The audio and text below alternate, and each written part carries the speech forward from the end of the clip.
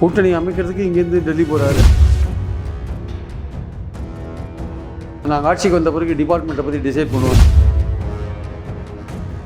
ஆக்ஷனும் ஒரு எடுக்கலை. கூட்டணியை வலுப்படுத்துறதுக்கான எந்த விதமான ஆக்ஷனும் எடுக்கலை. அமித்ஷா இவரை கூப்பிட்டு ஏதோ அவங்களுக்குள்ள ஒரு அக்ரிமெண்ட் இருக்கிறதுனால லூசர் வந்து அதிமுக தான். பாஜக உங்ககிட்ட இன்னும் இருக்கு. தமிழ்நாட்டில் இருக்கிற முக்கியமான அதிகாரிகள்லாம் மாற்றணும். இவர் ஆட்சிக்கு வரதுக்கு நம்ம எதுக்கு பண்ணணும்? அமலாக்கத்துறை உள்ள வரணும்னு பார்த்தாங்க. அமித்ஷா வந்து உங்களுக்கு இவ்வளோ சீட் தான், கூட்டணிக்கு தலைமை தாங்கிற அதிமுகவுடைய ரோல் என்ன? அப்போ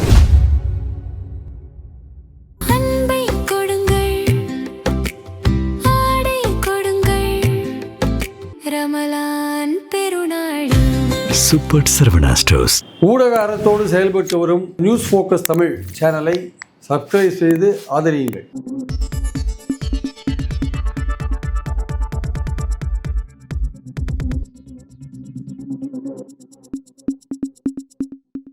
நேயர்களுக்கு வணக்கம். இன்றைக்கு நம்முடன் அரசியல் பேசுவதற்காக மூத்த பத்திரிகையாளர் திரு பிரியன் அவர்கள் இணைந்திருக்கிறார்.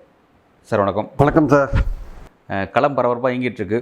குறிப்பாக என்டிஏவை பொறுத்த வரைக்கும் எடப்பாடி பழனிசாமி டெல்லியில் போயிட்டு அமித்ஷா அவர்களை சந்தித்து பேசிட்டு வந்திருக்காரு. அவர் முடிச்சுட்டு வந்த உடனே வந்து அடுத்த வந்து டிடிவி தினகரன் அவர்கள், பிறகு வந்து அன்புமணி அவர்கள் அப்படின்ற மாதிரி தனித்தனியாக வந்து டெல்லிக்கு போயிட்டு பேசுகிறாங்க. இது அவ்வளவும் ஷீட் ஷேரிங் சம்மந்தமான விஷயம்தான். இதை ஏன் அங்கே போய் பேசணும் அப்படின்ற ஒரு கேள்வி இருக்குது. ரெண்டாவது, இந்த ஷீட் ஷேரிங்ஸை பொறுத்தவரைக்கும் என்டிஏக்குள்ளே யார் யாருக்கு எவ்வளோ சீட்ஸ், என்னென்ன விஷயங்கள் அங்கே முடிவாகிட்டு இருக்குது சார்? இல்லை, அதாவது வந்து இது வந்து அதிமுகவுடைய வழக்கத்துக்கு மாறாகவே இருக்குது. ஆக்சுவலாக வந்து எம்ஜிஆர் காலத்தில் அதிமுக தலைமை அலுவலகத்தில் பேசுவாங்க, எல்லாம் பண்ணுவாங்க. ஜெயலலிதா காலத்தில் போயஸ் கார்டனில் பண்ணுவாங்க. போயஸ் கார்டனில் வந்து டெல்லியிலேருந்து வர லீடர்ஸ்லாம் வெயிட் பண்ணி பார்த்துட்டு போவாங்க. இப்போது கதையே மாறி போய் கூட்டணி அமைக்கிறதுக்கு இங்கேருந்து டெல்லி போகிறாரு எடப்பாடி பழனிசாமி. 4 கார் மாதிரி போய் அமித்ஷாவை சந்திக்கிறாரு, கூட்டணி போடுறாரு. பேசிகிட்டு இருக்கும்போதே என்டிஏ ஆட்சி அடுத்ததுன்னு அவர் ட்வீட் போடுறாரு அமித்ஷா. அப்புறம் அங்கேருந்து இங்கே அமித்ஷா வர்றாரு, ப்ரெஸ் கான்ஃபரன்ஸ் நடத்துகிறாங்க. ஒரு பக்கத்துலேயே உட்காந்துருக்காரு, ஒரு வார்த்தை கூட பேச மாட்டேங்கிறாரு. அமித்ஷா மட்டுமே பேசுகிறாரு. அதிமுக உட்கட்சி விஷயத்தில் மட்டும் தலையிட மாட்டேன்னு மட்டும் அமித்ஷா சொல்லிட்டு போகிறாரு. அதுக்கப்புறம் பார்த்தீங்கன்னா ஒரு பெரிய கேப் இருக்குது. நடுவில் வந்து அமித்ஷா 2-3 பேட்டி கொடுக்குறாரு. எல்லாமே என்டிஏ ஆட்சி, நாங்கள் ஆட்சிக்கு வந்த பிறகு டிபார்ட்மெண்ட்டை பற்றி டிசைட் பண்ணுவோம், யார் யாருக்கு என்ன டிபார்ட்மெண்ட், இது மாதிரிலாம் பேசுகிறார். என்டிஏ ஆட்சின்னு சொல்கிறார். இங்கே இவங்க என்ன சொல்கிறாங்க, இல்லை அதிமுக தலைமையிலான ஆட்சின்றாங்க. அவங்க டெல்லியிலேருந்து வர லீடர்ஸ் யாருமே வந்து அதிமுக தலைமையிலான ஆட்சின்னு ஒத்துக்கிறதே இல்லை. இவங்க பொதுக்குழுவில் ஒரு தீர்மானம் வரை போடுறாங்க. கூட்டணிக்கு தலைமை வந்து அதிமுக, எந்த கட்சியில் சேர்க்கறது நாங்கள் தான் முடிவு பண்ணுவோம், அவரை வந்து சிஎம் கேண்டிடேட் எங்கள் எடப்பாடி தான் அப்படின்றத சொல்கிறாங்க. ஸோ அப்படி இருக்கும்போது அப்படி சொல்லிட்டு சொன்ன பிறகு பார்த்தீங்கன்னா தினகரனை வந்து உள்ளே சேர்க்கறது வந்து பாஜக சேர்க்குது. இப்போ திருச்சிக்கு வந்து அமித்ஷா வராரு, இவர் 200 கிலோமீட்டருக்குள்ளே தான் எடப்பாடி இருக்கார், போய் பார்க்காத இருக்கார். அடுத்த நாள் வந்து பாமக அன்புமணி போயிட்டு எடப்பாடியை பார்க்குறாரு, சேர்றாரு. ஆனால் அமித்ஷா சொல்லி தான் பண்ணுறாரு சொல்கிறாங்க. ஏன்னா இவர் வந்து கூட்டணியை வந்து சேர்க்கறதுக்கான எந்த விதமான ஆக்ஷனும் இவர் எடுக்கலை. கூட்டணியை வலுப்படுத்துறதுக்கான எந்த விதமான ஆக்ஷனும் எடுக்கலை. அதிமுகவை வலுப்படுத்துறதுக்கான எந்த விதமான ஆக்ஷன் எடுக்கலை. ஸோ இவர் பாட்டுக்கு டூர் போயிட்டே இருக்கார். எம்எல்ஏ இது டூர் போயிட்டு இருக்கார். கரூர் சம்பவம் நடக்குது. அதுக்கப்புறம் ஒரு கூட்டத்தில் தாவேகா கொடியை பார்த்து மெகா கூட்டணி வரப்போகுது, பிள்ளையார் சொல்லி போட்டாச்சு எல்லாம் பேசுகிறாரு. ஆனால் வந்து கூட்டணியை பலப்படுத்துறதுக்கு விரும்பல. ஒரு பக்கம் வந்து ஓபிஎஸ்ஸை சேர்க்க மாட்டேன்றார், சசிகலாவை சேர்க்க மாட்டேன்றார், தினகரனையும் சேர்க்க மாட்டேன்னு சொல்கிறார். அப்புறம் தினகரனை வந்து அவங்க சேர்த்துக்கிறாங்க. அவர் சேரும்போது, பியூஷ் கோயலோடு சேரும்போது எடப்பாடி அங்கே இல்லை. அப்புறம் தினகரனை கேட்டால் சொல்கிறார், நான் வந்து என்டிஏ கூட்டணியில் நான் பாஜக தான் எங்களுக்கு இடம் தரும்னு அவர் சொல்கிறார். இன்னைக்கு கூட எடப்பாடி பழனிசாமி அமித்ஷாவை சந்திச்சுட்டு வரும்பொழுது அதிமுக தான் அந்த கூட்டணி தலைமைன்னு சொல்கிறாரு. அதே மாதிரி ஏர்போர்ட்டில் டிடிவி தினகரன் பேட்டி கொடுக்குறாரு, இதுக்கு வந்து பாஜக தான் தலைமை அப்படிங்கிறாரு, என்டிஏ தான் அப்படிங்கிறார். தேசிய அளவில் என்டிஏ தான் இருக்குது, பாஜக தான் தலைமை அப்படின்னு சொல்கிறார். அது அவங்களுக்குள்ள ஏதோ ஒரு விஷயத்தில் ஜெல் ஆகலை சார். பாஜகவுடைய ப்ரெஷர் தாங்காமல் தினகரன் அங்கே போய் சேர்ந்துருக்காரு. ஏன்னா போன வாட்டி அவங்க வந்து 20-30 இடத்துல லூஸ் பண்ணிட்டாங்க. இந்த மாதிரி தினகரன் பிரிஞ்சிருந்ததுனால அவருக்கு எடப்பாடி எதிர்ப்பு ஓட்டுகள் தான் அவர் வாங்குறாரு. அவர் இந்த வாட்டி ஈர்த்து போட்டால் நமக்கு அந்த ஓட்டு வரும்னு நினைக்கிறாரு. இது அந்த இடத்துல ஒரு பிரச்சனை வந்துடுது. இப்போ சசிகலா தனியாக போய் கட்சி ஆரம்பித்தோன்னா அந்த எடப்பாடிக்கு போன ஓட்டு, இது தினகரனுக்கு போன ஓட்டு சசிகலாவுக்கு போகிறதுக்கு வாய்ப்பு இருக்குது. கொஞ்சம் ஓட்டு திமுகவுக்கு ஓபிஎஸ் பின்னாடி போகிறதுக்கான வாய்ப்பு இருக்குது. அப்போ தினகரனுக்கு அந்த ஓட்டு இருக்கா இல்லையானே தெரியல, பார்த்தா தான் தெரியும். ஸோ அப்படி இருக்கும்போது தினகரன் என்ன சொல்கிறார், எனக்கு வந்து சீட்டு வந்து பாஜக கொடுப்பாங்கன்றார். பாமக ஒரு பக்கம் எனக்கு 20 சீட் கொடுன்றாங்க. 20 சீட் கொடுன்னு இவர் சொல்கிறார், உங்கள் கட்சியே பிரிஞ்சு போய் கிடக்குன்றார். இல்லை கட்சியில் 90% எங்கள் கூட தான் இருக்காங்க, அதனால் எங்களுக்கு நீங்கள் சீட் கொடுக்கணும்னு அவர் சொல்கிறார். இவருக்கு இதனால் தீர்க்க முடியல. இவர் என்னெல்லாம் பேச்சுவார்த்தை நடத்தி பார்த்தாங்க, வேலுமணி இவர் திண்டுக்கல் சீனிவாசன் எல்லாமே போய் பேசி பார்த்தாங்க. இவர் கேபி முனுசாமி எல்லாம் இவங்க பாமகவுடையும் தினகரனுடையும் இவங்களால் ஒரு பேச்சுவார்த்தை நடத்தி ஒரு சீட் அண்டர்ஸ்டாண்டிங் வர முடியல. பாஜக கேட்ட சீட்டும் கொடுக்கல. நாங்கள் வந்து போன வாட்டி 11% ஓட்டு வாங்கினோம் தனியாக, அதுக்கேற்றபடி கொடுக்கணும், நீங்கள் பழைய மாதிரி கணக்கெடுத்து நீங்கள் 20 சீட் கொடுத்தா நாங்கள் ஒத்துக்க மாட்டோம்னு அவங்க சொல்கிறாங்க. அப்புறம் வந்து சந்தோஷ் என்ன சொல்லிட்டு போனார், நிர்வாகிகள் கூட்டத்தில் 20% ஓட்டை வாங்கணும் நம்ம அப்படின்னாரு. 20% ஓட்டுனா கிட்டத்தட்ட வந்து 45 சீட்டுக்கு மேலே போகிறது, கிட்டத்தட்ட 234 பார்த்தீங்கன்னா 45 சீட்டு வந்துடும். அது 45 சீட்டு வாங்கணுன்றார். இன்றைக்கும் நேற்று கூட 45 சீட்டுலாம் அவங்க உறுதியாக இருக்கிறதா சொல்கிறாங்க. 45 மொத்தமாக எங்ககிட்ட கொடுத்துருங்க, நாங்கள் அதில் எவ்வளோ எடுத்துகிட்டு நாங்கள் வந்து தினகரனுக்கும் வாசனுக்கும் பாரிவேந்தருக்கும் ஏசி சண்முகத்துக்கும் ஜான் பாண்டியனுக்கும் நாங்கள் கொடுத்துக்குறோம். இன்னும் ஒருத்தர் 2 பேர் எதாவது இருந்தால் நாங்கள் கொடுத்துக்குறோம். அதாவது அவங்களாம் சாமானிய சேனத்தில் நிற்பாங்க, எங்ககிட்ட 45 மொத்தமாக கொடுத்துருங்கன்றாங்க. இவர் 45 கொடுக்க மாட்டேன், நான் வந்து 35 40 அதிகபட்சம் 40 கொடுப்பேன் அப்படின்றாரு. அவங்க அதில் ஏதோ பிரச்சனை ஓடின்னு இருக்குது, அது நேற்று ஃபைனலைஸ் ஆச்சான்னு தெரியல. அல்டிமேட்டாக 25 பாஜகவுக்கா 30 பாஜகவுக்கு தான் இங்கே பிரச்சனை. 30 பாஜகவுக்குன்னா 10 வந்து தினகரன், 40 ப்ளஸ் 5 வந்து இந்த மாதிரி வாசன், 3 சின்ன கட்சிகள் அப்படின்ற மாதிரியான ஒரு ஐடியாவில் போயிட்டுருக்காங்க. இந்த விஷயங்கள் தான் நேற்று பேசப்பட்டதாக சொல்கிறாங்க. இது தவிர என்ன பேசப்பட்டது அப்படின்னா, தமிழ்நாட்டில் இருக்கிற முக்கியமான அதிகாரிகள்லாம் மாற்றணும் அப்படின்னு. அவருக்கு எடப்பாடிக்கு என்ன வருத்தம்னா, எப்படி கெஜ்ரிவால் எலெக்ஷன்ஸுக்கு முன்னாடி கரப்ஷன் கேஸில் அரெஸ்ட் பண்ணாங்களோ அந்த மாதிரி திமுக ஆட்சியில் எல்லாரையும் பண்ணணும்னு அவர் எதிர்பார்த்தார்.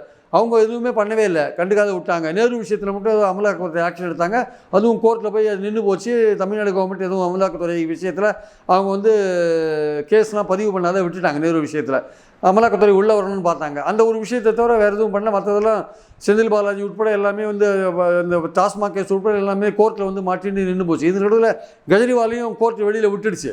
கனாபின்னு சொல்லிட்டு ட்ரையல் கோர்ட் வந்து அரசாங்கத்தை ரொம்ப திட்டிட்டு விட்டுட்டாங்க. அப்போது அதுலேருந்து அவங்க என்ன நினைக்கிறாங்க, நம்ம போய் எதுக்கு இதில் போய் கை வைக்கணும், தேவையில்லாமல் கை வச்சு பின்னாடி கெட்ட பேர் வாங்கிக்க வேண்டாம். ரெண்டாவது, இவர் சொல்கிற மாதிரி அதிகாரிகளை மாற்றுறதோ கேஸ் கரப்ஷன் கேஸ் போடுறதோ இதெல்லாம் நம்ம வந்து நம்ம ஆட்சிக்கு வரதா இருந்தால் பரவாயில்ல, இவர் ஆட்சிக்கு வரதுக்கு நம்ம எதுக்கு பண்ணணும், இவர் ஆட்சிக்கு வர்றது, இவர் தான் அதிக இடங்களில் போட்டி போட போகிறார், ஆட்சிக்கு வர போகிறாரு, இவருக்கு நம்ம எதுக்கு இதெல்லாம் செய்யணும் நம்ம அப்படின்னு அவங்க நினைக்கிறாங்க. பாஜக நம்ம ஆட்சிக்கு வரதுனா பண்ணலாம், ஒரு இந்த கூட்டணி கட்சி ஆட்சிக்கு வரதுக்காக இதெல்லாம் பண்ண வேண்டிய அவசியம் இல்லை, வெஸ்ட் பெங்காலில் நம்ம பண்ணுறோன்னா நம்ம அங்கே ஆட்சிக்கிறதுக்கான முயற்சிகள் எல்லாம் எடுத்துகிட்டு இருக்கோம் அப்படின்னு அவங்க பாஜகவில் சொல்கிறாங்க.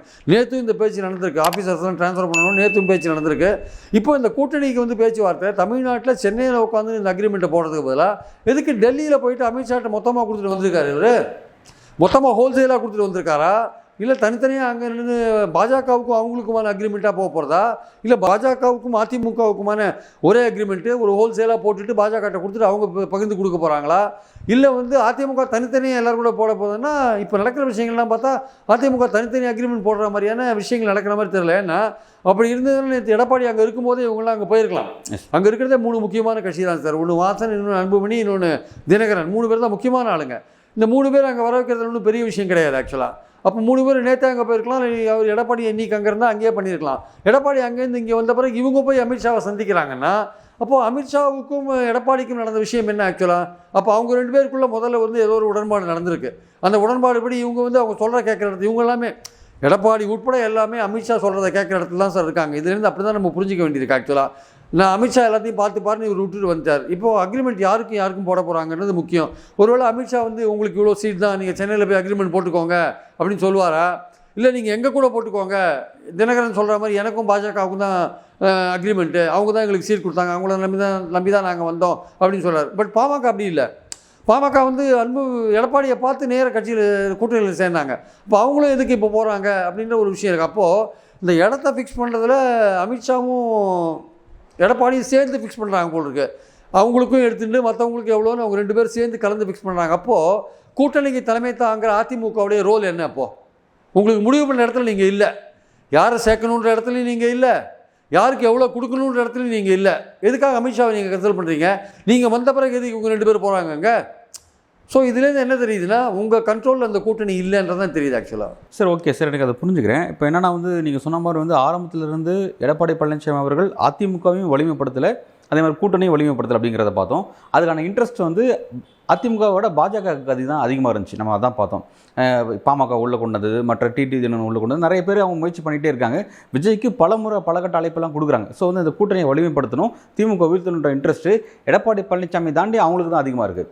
அதே மாதிரி பார்த்தீங்கன்னா யார் அந்த கூட்டணி வேட்பாளர், முதல்வர் வேட்பாளர் யாருன்னு கேட்டால் அதை வந்து அதையும் பாஜக தான் முடிவு பண்ணுறாங்க. எடப்பாடி பழனிசாமி இல்லைங்கிறத அவங்க சொல்கிறாங்க. அதே மாதிரி இதை வந்து இரட்டை என்ஜின் சர்க்காருன்னு சொல்கிறாங்க. ஆட்சி அமைஞ்சா இரட்டை என்ஜின் சர்க்காரு, என்டிஏ ஆட்சின்றாங்க. அப்படி இருக்கும்போது பார்த்தா சுப்பீரியர் பவர் பாஜக தான் இருக்குது அந்த அலைன்ஸில். அப்படி இருக்கும்போது ஏன் திமுகக்கு எதிரான அந்த விஷயங்கள் நடவடிக்கை எடுப்பதற்கான விஷயத்தை முன்னெடுக்கிறதோ, ஏன் எடப்பாடி பழனிசாமி நான் சொல்லியிருக்கேன் நீங்கள் எதாவது செய்ய மாட்டேங்கிறீங்க அப்படின்னு சொன்னதுக்கு நீங்கள் சொன்னீங்க பார்த்தீங்களா, நான் ஆட்சிக்கு வந்தால் பரவாயில்ல, நீங்களே ஆட்சிக்கு வர போகிறீங்க. ஆனால் வந்து பாஜக வந்து தாங்க ஆட்சிக்கு வரது தானே சாதகமான சூழல்லாம் இருக்குது. ஏன் வந்து அதை வந்து இப்படி நாளைக்கு அதிமுக தனியாக ஆட்சிக்கு வந்ததுன்னா இவங்களுக்கும் அதில் பங்கு கொடுக்கணுன்ற ஒரு விஷயம் இருக்குல்ல. அவங்க திருப்பி அதிமுக ஆட்சி சொல்லிட்டு இருக்காங்க. நீங்கள் மெஜாரிட்டி வந்தாலுமே பாஜகவுக்கு பங்கு கொடுக்கணுன்றதான் பாஜகவுடைய நிலைப்பாடு. அதுக்கு வந்து அவர் ஒத்துக்க மாட்டேங்கிறார். அவர் ஒத்துக்காத நிலையில் நாங்கள் இதை செய்யணும்னு கேட்குறாங்க. நாங்கள் மெஜாரிட்டி வந்தாலும் பரவாயில்லைங்க, தெலுங்கு தேசம் மாதிரி உங்களுக்கு ஒரு வாய்ப்பு கொடுப்போம், அசம்பிளியில் ஒரு வாய்ப்பு, அதிகாரத்தில் ஒரு வாய்ப்பு கொடுப்போம் அப்படின்னு எடப்பாடி ஒத்துனார்னா அவங்க இதை அவர் கேட்குற மாதிரி அதிகாரிகள் டிரான்ஸ்ஃபரோ இல்லை வந்து ஊழல் நடவடிக்கைகளோ எடுக்கிறதுக்கு ரெடியாக இருக்காங்க. அது ட்ரை பண்ணி பார்க்குறாங்க, முழுமையாக எடுக்க மாட்டேன்றாங்க. அதுக்குள்ளே எலெக்ஷன் வந்துடுச்சு.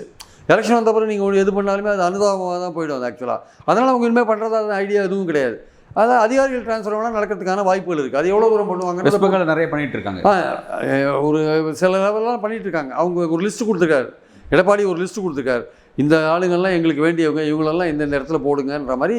எந்தெந்த இடத்துல அவங்களுக்கு டிஸ்ட்ரிக்டில் மோசமாக இருக்கோ, ஓகே, சவுத் டிஸ்ட்ரிக்ட்லையோ டெல்டா டிஸ்ட்ரிக்ட்லையோ அவங்களுக்கு நிலைமை மோசமாக இருக்கு இல்லையா, அந்த இடத்துல கலெக்டரை அவங்க ஆட்களாக போடுறாங்க. ஏற்கனவே 4-5 வருஷம் அவங்க ஆட்சியில் இருந்தபோது அவங்களுக்கு தெரியல நமக்கு வேண்டிய அதிகாரிகள் யாருன்ட்டு.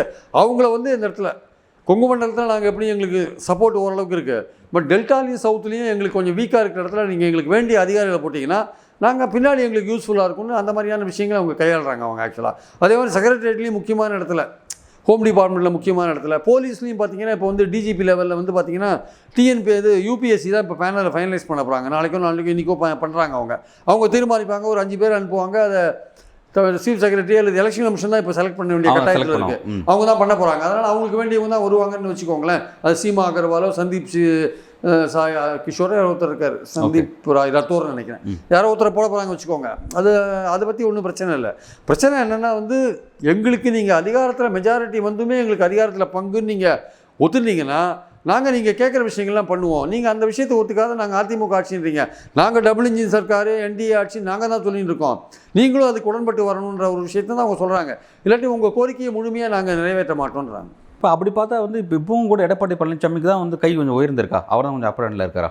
இல்லை, அவர் அப்பர் ஹேண்டில் இருக்கான்னு சொல்ல முடியாது. அவர் இன்னும் அதிமுக அவர் அப்பர் ஹேண்டில் இருந்தாலும் எதுக்கு அமித்ஷாவை பார்த்து இந்த இடங்கள்லாம் ஃபைனலைஸ் பண்ணுறாரு? இல்லை, தான் இவ்வளோ விஷயங்கள் அவங்கள வந்து இங்கே டெல்லிக்கு வர வச்சு எல்லாத்தையும் அங்கேயே வச்சு பேசி முடிக்கிறாங்க. அவங்க அப்பர் ஹேண்டில் இருக்காங்க. இல்லை, அப்படி இருக்கும்பொழுது அப்போ வந்து இதை கூட்டணி ஆட்சின்னு சொல்லுங்க, நீங்கள் எங்களுக்கும் ஆட்சி அதிகாரத்தில் பங்கு தரன்ற விஷயத்தை சொல்லுங்கன்னு சொல்கிறாரு. அதை சொல்ல மாட்டேங்கிறார். அதை இவர் சொல்ல மாட்டேங்கிறார். அதை வந்து இவர் சொல்ல மாட்டேங்கிறார். அதிமுக ஆட்சின்னு தான் சொல்கிறார்.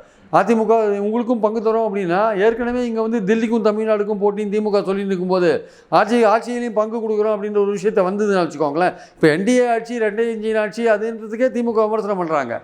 இங்கே நடக்கிறது இப்போ இன்றைக்கி ஸ்டாலின் பெரிய அறிக்கை விட்டுருக்காரு. இன்றைக்கி அது டெல்லியில் போய் சீட்டெல்லாம் இது பண்ணுறாங்கன்னு, அது டெல்லிக்கு அடிமையாக இருக்காங்கன்னு இன்றைக்கி ஒரு பெரிய அறிக்கை விட்டுருக்காரு. தமிழ்நாட்டில் தான் சீட்டு பகிர்வுலாம் நடக்கும், இன்றைக்கி டெல்லியில் போய் அமித்ஷா முன்னாடி எல்லாம் பண்ணிகிட்டு இருக்காங்கன்னு. ஸோ இது வந்து அவருக்கு எடப்பாடிக்கு வந்து ஒரு அதிமுக தொண்டர்கள் மத்தியிலேயே ஒரு பின்னடைவு தான். என்னன்னா இவ்வளோ பெரிய கட்சியாக இருந்துட்டு டெல்லியில் போயிட்டு அமித்ஷா கிட்ட உட்காந்துன்னு நேற்று பேசும்போது என்ன சொல்கிறார் எடப்பாடி, நாளைக்கு சென்னைக்கு நான் வந்து டெல்லிக்கு நான் வந்ததுக்கான காரணம் நாளைக்கு நான் உங்களுக்கு சொல்கிறேன்னு சொல்லிவிட்டு நேற்று ராத்திரியே கிளம்பி சென்னைக்கு வந்துட்டார். டெல்லியில் என்ன சொல்கிறாரு, நாளைக்கு நான் சொல்கிறேன்னு சொல்லிட்டு நேற்று ராத்திரியே கிளம்பி சென்னைக்கு வந்துட்டார். நாளைக்கு இவங்கெல்லாம் வராங்க எங்கன்னு தெரியும் அவருக்கு, யாருக்கு, அன்புமணிக்கு எல்லாருக்கும் தெரியும். அப்போது இந்த சூழலில் அவர் திரும்பி சென்னைக்கு ஏன் வந்தார்? அவர் சென்னைக்கு வர வேண்டிய காரணம் என்ன? ஸோ இதுலேருந்து என்ன புரியுதுன்னா, இவர் அமித்ஷா இவரை கூப்பிட்டு ஏதோ அவங்களுக்குள்ள ஒரு அக்ரிமெண்ட் நடந்திருக்கு. அதில் வந்து பாஜக அதிகமான இடங்கள் வாங்கிட்டா இல்லையா அதெல்லாம் நமக்கு தெரியும். அது 20லேருந்து 25க்கு போயிருக்கா, இல்லை 20லேருந்து 30க்கு போயிருக்கான்னு தெரியாது. மொத்தத்தில் 45 டோட்டலாக கொடுத்துட்டாங்களா, இல்லை பாமகவை தனியாக டீல் பண்ண போகிறாங்களா? எதுக்காக அன்புமணியும் தினகரனும் ஒன்றா போகிறாங்க? அன்புமணி நேரடியாக அதிமுகவுடைய ஒரு அண்டர்ஸ்டாண்டிங் ரீச் ஆகலாமே. அவரும் இப்போ பாஜகவை போய் பார்க்க வேண்டிய, அமித்ஷாவை பார்க்க வேண்டிய அவசியம் என்ன? தினகரன் போய் அமித்ஷாவை பார்க்க வேண்டிய அவசியம் என்ன? தினகரனுக்காவது ஒரு ரீசன் இருக்குது, நான் பாஜக தான் எங்களுக்கு சீட் கொடுக்குன்னு அவர் சொல்கிறார். பாமக ஏன் போய் பார்க்குது அப்படின்ற ஒரு கேள்வி வருது. அப்போது விஷயங்கள் வந்து எடப்பாடி கண்ட்ரோலில் இல்லையா? இல்லை எடப்பாடி இதுதான் என்னுடைய இது, நான் லிஸ்ட்டு என்னோட இதுதான், இவங்களுக்கு இவ்வளோ தான் நான் கொடுக்குறேன்னு சொல்லிட்டு கொடுத்துட்டு வந்துட்டாரா? அதை வந்து அமித்ஷா ஏற்றுட்டாரா? அதை ஏற்றுக்காத போயிட்டாரா? இல்லை அமித்ஷா ஒரு லிஸ்ட்டு கொடுத்தாரா இவருக்கு, அதை இவர் ஏற்றுட்டாரா? ஒன்றுமே தெரியல. அன்லெஸ் அந்த லிஸ்ட்டு வந்தாலே தவிர, யாருக்கு என்ன கொடுத்துருக்காங்கன்னு தெரிஞ்சாலே தவிர, இல்லை அந்த அக்ரிமெண்ட் சென்னையில் சைன் பண்ணாலே தவிர, மற்றபடி இதில் வந்து அமித்ஷாவுடைய ஆதிக்கம் முழுக்க இருந்திருக்குன்னு தான் நம்ம பார்க்க வேண்டியதாக இருக்குது. ஆக்சுவலாக சில வந்து பார்த்தா 2 பார்வைகளை பார்க்க வேண்டியதாக இருக்குது. ஒரு சில இடங்களில் பாஜகவோட கை வந்து ரொம்ப உயர்ந்திருக்கு அப்படிங்கிறத புரிஞ்சுக்க முடியுது. ஏன்னா அவங்க டெல்லிக்கு வர வைக்கிறதா இருக்கட்டும், எல்லா விஷயத்தையும் அவங்க முடிவு பண்ணுறதா இருக்கட்டும் அப்படின்னு பார்க்கும்பொழுது அவங்க கை உயர்ந்திருக்கிறத பார்க்க முடியுது. ஆனால் வந்து இது கூட்டணி ஆட்சின்னு சொல்லுங்கள், நீங்கள் மெஜாரிட்டி வந்தாலும் எங்களுக்கு அமைச்சர்கள் இடம் கொடுங்க அப்படிங்கிற மாதிரியான விஷயத்தில் எடப்பாடி பழனிசாமி கை உயர்ந்திருக்கு அப்படிங்கிற மாதிரி பார்க்க வேண்டியது இருக்குது. 2 பேருமே வந்து இங்கே ஒரு இடத்துல அவங்க ஒரு இடத்துல அப்படின்ற மாதிரி இருக்குது. ஆல்மோஸ்ட் இப்படி பார்க்கும்பொழுது நம்ம எப்படி புரிஞ்சுக்கலாம் ஓவராலாக யார் தான் அதை டாமினேட் பண்ண போகிறாங்க? இல்லை, அவங்களுக்கு என்னென்ன, நீ எவ்வளோ தூரம் போயிடுவேன், நாங்கள் தான் மத்தியில் ஆட்சியில் இருக்கோம், 29 வரையும் நாங்கள் ஆட்சியில் இருக்கோம், நீங்கள் ஆட்சிக்கு வந்தாலுமே அவங்கள எப்படி வழி கொண்டதுன்னு எங்களுக்கு தெரியும். ஒன்ஸ் நீங்கள் ஆட்சிக்கு வந்தீங்கன்னா அப்புறம் நாங்கள் அதை எப்படி டீல் பண்ணுறதுன்னு எங்களுக்கு தெரியும். அதனால் இப்போ ரொம்ப வச்சுக்க வேண்டாம். இப்போ அவங்க வச்சுன்னா தேர்தல் ஆரம்பிக்கும் போது, பிரச்சாரம் அது இதுன்னு ஆரம்பிக்கும் போது இந்த பிரச்சனை ஏற்கனவே வந்து கூட்டணியில் வந்து இடப்பங்கீடே பிரச்சனையாக இருக்கும்போது, மறுபடியும் வந்து தினகரனுக்கும் முதல்ல இது எடப்பாடிக்கும் சரியாக ஜெல்லாகாத இருக்கும்போது, இந்த மாதிரி தகராறு பாஜகவுக்கும் அதிமுகவுக்கும் எதுக்கு? இந்த கூட்டணி விஷயத்தில் எதுக்கு வரணும்? நம்ம பேசுகிறத பேசிட்டு போகலாம், என்டிஏ ஆட்சின்னு பேசிட்டு போகலாம், ரெட்டை இன்ஜின் சர்க்கார்லாம் பேசிட்டு போகலாம், அவங்க அதிமுக ஆட்சின்னு பேசிட்டு போட்டோம். ஆட்சிக்கு அவங்க உண்மையிலேயே வந்துட்டாங்கன்னா அதுக்கப்புறம் அவங்க குடுமி நம்ம கையில் தான் இருக்குது. நம்ம தான் மத்தியில் ஆட்சியில் இருக்கோம். எப்படியா இருந்தாலும் நம்மளோட தேவையில்லாமல் அவங்க ஆட்சி நடத்த முடியாது. நம்ம கவர்னர் விட்டோ வேறு பலர் விட்டோ பல விஷயங்களை பண்ண முடியும். நம்மளை நம்பி தான் அவங்க இருப்பாங்க. அதனால் பார்த்துக்கலாம் அவங்க எங்கே போயிட போகிறாங்கன்னு தற்சமயத்துக்கு அதை அடக்கி வாசிக்கிறாங்க அவங்க. ஆனால் நீங்கள் சொல்கிறது எல்லாமே செய்ய முடியாது, ஏன்னா நாங்கள் ஆட்சிக்கு வர போகிறது இல்லை, பார்த்துக்கலாம். நீங்கள் ஆட்சிக்கு வந்த பிறகு நீங்கள் எப்படி பிஹேவ் பண்ணுறீங்களோ, எப்படி எங்களுக்கு அகாமடேட் பண்ணுறீங்களோ, அதை வச்சு நாங்கள் உங்களை டீல் பண்ணிக்கிறோன்ற லெவலில் போயிட்டாங்க ஆக்சுவலாக. Okay, right sir. இப்போ இதில் முக்கியமாக கவனிக்க வேண்டிய விஷயம் என்ன அப்படின்னு பார்க்குறோன்னா, இந்த அலைன்ஸ் வந்து கிட்டத்தட்ட வந்து 1 வருஷம் முன்பே உருவாச்சுன்றதை நம்ம பார்த்தோம். போன வருஷம் ஏப்ரல் மாதம் உருவான அலைன்ஸு. இப்போ அந்த அலைன்ஸ் உருவாகும் பொழுது வந்து அங்கே அமித்ஷா ஒரு விஷயம் சொன்னார். எடப்பாடி பழனிசாமியும் அமித்ஷா அவங்க பேசிக்கும் போது அங்கே ஒரு விஷயத்தை சொன்னாங்க அந்த மேடையில். அதாவது எப்படி இந்த இதை கொண்டு போகிறீங்க, இந்த அலைன்ஸ் எப்படி கொண்டு போகிறீங்கன்னா வந்து நாங்கள் வந்து காமன் மினிமம் ப்ரோக்ராம் வந்து ஃபார்ம் பண்ணுவோம், அதன் அடிப்படையில் தான் வந்து இந்த இதை நாங்கள் கொண்டு போகிறோம் அப்படின்னு சொன்னாங்க. பட் இப்போ வரையும் வந்து எலெக்ஷன் நெருங்கிடுச்சு, காமன் மினிமம் ப்ரோக்ராம் வருமா அல்லது இதுவே இது மாதிரி கொஞ்சம் ஏற்ற இறக்கல அப்படி இருக்கும்போது அதுக்கான வாய்ப்பே இல்லை அப்படின்னு பார்ப்போம். காமன் மினிமம் ப்ரோக்ராம் வரதுக்கான வாய்ப்பே கிடையாது. அது வந்து ஏன்னா வந்து ஒரு 2 ஐடியாலஜிக்கலாக 2 எதிரான பார்ட்டி அப்படின்னா, இப்போ திமுகவும் பாஜகவும் 99 கூட்டணி சேர்ந்தாங்கன்னா ஒரு காமன் மினிமம் ப்ரோக்ராம், வேறு பல கட்சிகள்னால காமன் மினிமம் ப்ரோக்ராமில் அவங்க சேர்ந்தாங்க.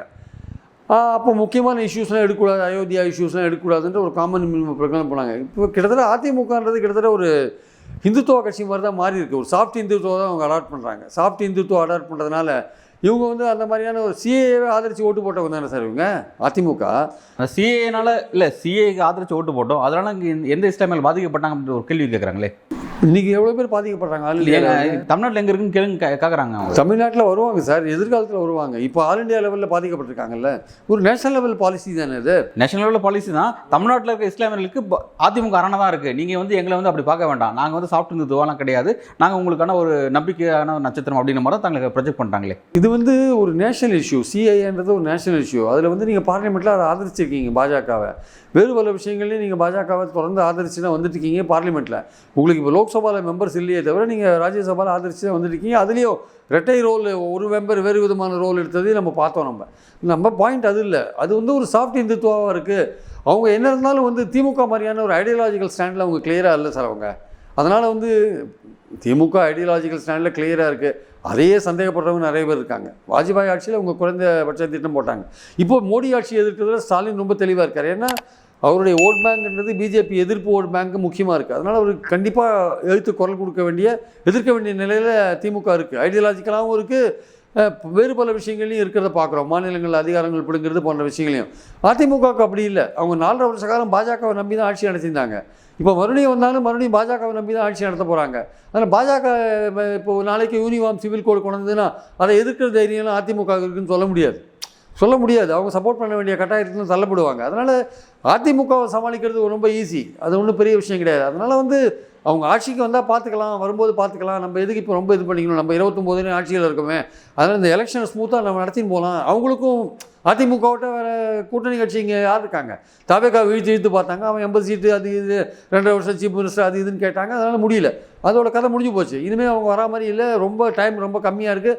வந்தாலுமே அது ஃபெயில் ஆகிடும், அந்த கூட்டணி ஃபெயில் ஆகிறதுக்கான வாய்ப்புகள் அதிகமாக இருக்குது. அவங்க எக்ஸ்பிளைன் பண்ணுறதுக்குள்ளே தேர்தலே முடிஞ்சிடும். அதனால் இப்போது பாஜகவை பொறுத்த மட்டும் அதிமுக விட்ட வேறு கட்சி கிடையாது, பாமக தினகரனை விட்டால் வேறு கூட்டணி கட்சிகள் கிடையாது. இது இருக்கிறதோட அட்ஜஸ்ட் பண்ணிட்டு போகலாம் அப்படின்ற எண்ணத்தில் போகிறாங்க. அதில் வந்து எடப்பாடி என்ன நினைக்கிறாரு, நம்ம முடிஞ்ச மட்டும் நம்ம ரெட்டைலையில் போட்டி போகிற சீட்டு அதிகமாக நம்ம போகணுன்னு அவர் ஒரு முயற்சி பண்ணுறார்.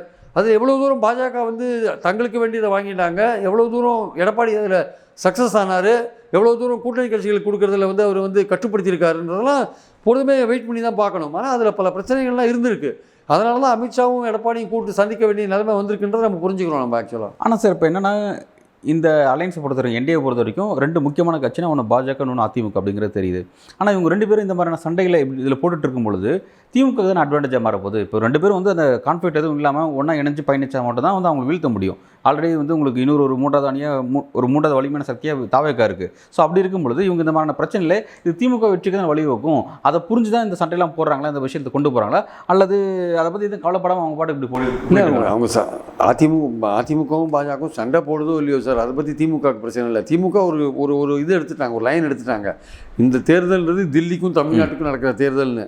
ஸோ தில்லி அணியில் யார் இருக்காங்கன்னா அதிமுக பாஜக இருக்குது. அதனால் அவங்க சண்டை போட்டுக்கிறாலும் சண்டை போடலையோ அது பிரச்சனை இல்லை.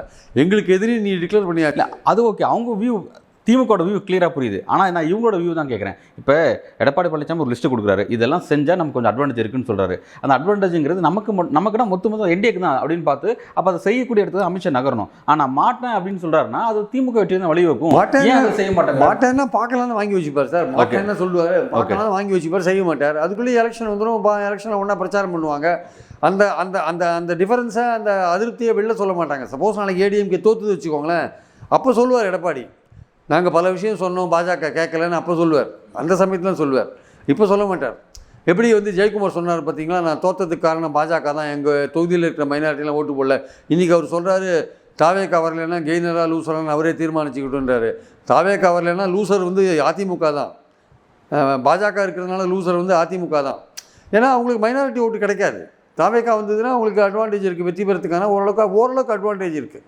மைனாரிட்டி ஓரளவுக்கு சில இடங்களில் போட்டி போகிறதுக்கான ஓட்டு போகிறதுக்கான வாய்ப்பு இருக்குது. இந்த கெய்னரா லூசரான்னா பாஜக உங்ககிட்ட இன்னும் இருக்குது. பாஜக இருக்கும்போது நீங்கள் லூசராக தான் இருப்பீங்க. இந்த ஜெயக்குமாருக்கு இன்னும் அது லூசிங் தான் ஆக்சுவலாக. அவர் ராயபுரத்தில் மீண்டும் நின்றாலும் லூஸ் பண்ணுறதுக்கான வாய்ப்புகள் நிறையா இருக்குது. அவர் வந்து தாவேக்காவை பற்றி கேட்குறாரு, அவங்க டிசைட் பண்ணிக்கிட்டு முதல்ல இவர்கள் வீட்டை கெய்னரா லூசரான்னு அவர் டிசைட் பண்ண வேண்டிய கட்டாயம் இருக்கிறத நம்ம பார்க்குறோம் நம்ம. ஸோ அதனால் இந்த டிஃபரன்ஸ் இருக்குல்ல உங்களுக்குள்ள, அவர் சொல்லி இவர் செய்யாத இருக்கிற விஷயங்கள்லாம் அவங்க 1-2 செய்வாங்க, செய்யாத இருக்க மாட்டாங்க, ஏதோ 1-2 செய்வாங்க. ஆனால் அவங்க நினச்சபடி எல்லாமே, இவர் நினச்சா மாதிரி எல்லாமே செய்வாங்களான்னா செய்ய மாட்டாங்க. அதனால் சில விஷயங்கள் செய்வாங்க. ஏன்னா அவங்களுக்கான இன்ட்ரெஸ்ட் வந்து ஒரு குறிப்பிட்ட இன்ட்ரெஸ்ட் தான். இந்த வாட்டி 4 இடத்துக்கு வேறு ஒரு 10 இடம் வின் பண்ணலாமா, ஒரு 15 இடம் வின் பண்ணலாமா, அந்த இடத்தோட நிற்குமே தவிர நம்ம ஆட்சியை ஒன்றும் பிடிக்க போகிறதில்ல. இவர் வந்து பங்கு கொடுக்குறாரா இல்லைன்னு நமக்கு தெரியாது. அப்போ அந்த சூழலில் எதுக்கு நம்ம ஒரு ஃபுல் லெவலில் இறங்கி அடிக்கணும், கீழே இறங்கி அடிக்கணும்னு அவங்க யோசிக்கிறாங்க. வெஸ்ட் பெங்கால் மாதிரி இங்கே இறங்கி அடிக்கணுமான்னு யோசிக்கிறாங்க. வேற ஒன்று கான்ஃபிடன்ஸ் சரி பண்ணிக்கிட்டு அடுத்த கட்டமாக என்டிஏ வந்து எப்படி பயணிக்க போகுது அப்படிங்கிறத நம்ம பொறுத்திருந்து பார்க்கலாம் சார். நன்றி. தேங்க்யூ.